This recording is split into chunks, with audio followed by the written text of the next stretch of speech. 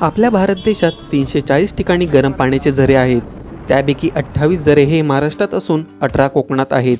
मुंबईपासून जवळ असलेले गरम पाण्याचे झरे म्हणजेच गणेशपुरी, वज्रेश्वरी आणि सातवली. वरी सातवली मुंबई अहमदाबाद हायवे जवळ असल्यामुळे आणि रेल्वे स्टेशनपासून खूप लांब असल्यामुळे येथे खूप कमी लोक येतात. लोकेशनची लिंक मी डिस्क्रिप्शनमध्ये दिले, तीच फॉलो करत तुम्ही इथे या. हे महाराष्ट्र पर्यटन विकास महामंडळ MTDC वाले असतात. ते त्यांची राहण्याची व्यवस्था सोय करते. पंगड असते. ओके. गव्हर्नमेंटची माणसं इथे येऊन राहतात. ओके. तू पण राहू शकतोस. त्यांचं रेंट असतो काहीतरी. पर्यटन स्थळ असं गाडी एकटं लावलं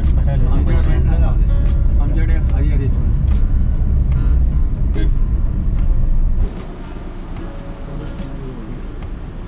इकडे मग साफसफाई वगैरे करायला.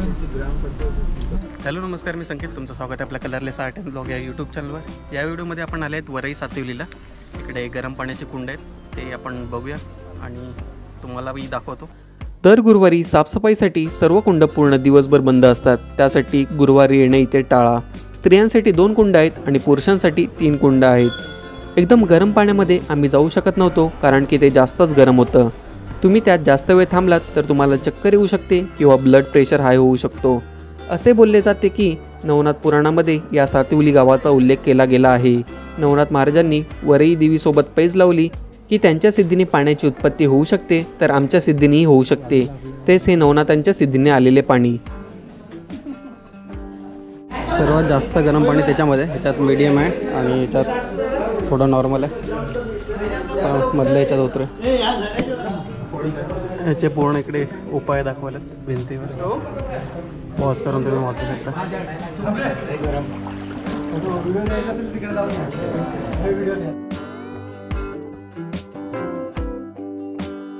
आणि ह्याचं सायंटिफिक रिझन असं आहे की गरम पाण्याच्या झऱ्यांना थर्मल स्प्रिंग असेही संबोधले जाते. थर्मल या शब्दाचा अर्थ उष्णतेशी संबंधित आहे.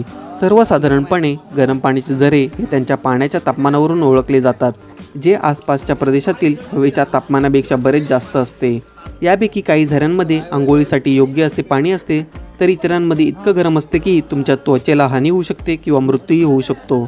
गरम पाण्याचा झरा ही एक नैसर्गिक घटना आहे, ज्यामध्ये सक्रिय ज्वालामुखी आणि निष्क्रिय ज्वालामुखी असलेल्या क्षेत्रात दोन्ही ठिकाणी भूऔष्णिक गुणधर्म असतात. तुम्ही याला ज्वालामुखीचे पाणी असेही म्हणू शकता.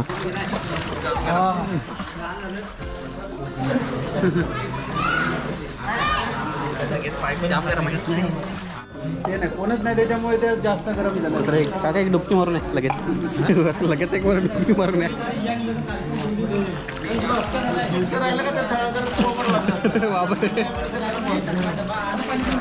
जास्त लांब जायला नको ना परत.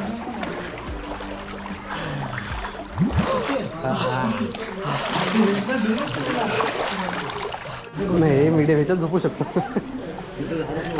ह्याच्यात एकदमच असं थंड वाटायला लागला आता त्याच्यातून आलो. पण त्याच्याशी इथे ठीक आहे की एक तरी भेटत काही ह्याच्यात नॉर्मल आहे.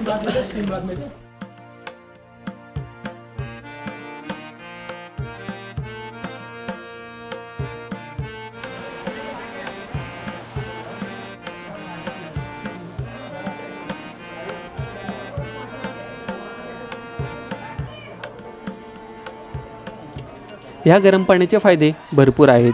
त्यासाठी तुम्ही नक्कीच इकडे एकदा व्हिजिट करा. ही तुम्हाला व्हिडिओ आवडली असेल तर नक्कीच व्हिडिओला लाईक करा, शेअर करा, सबस्क्राईब करा. आपण भेटूया पुढील व्हिडिओमध्ये. धन्यवाद.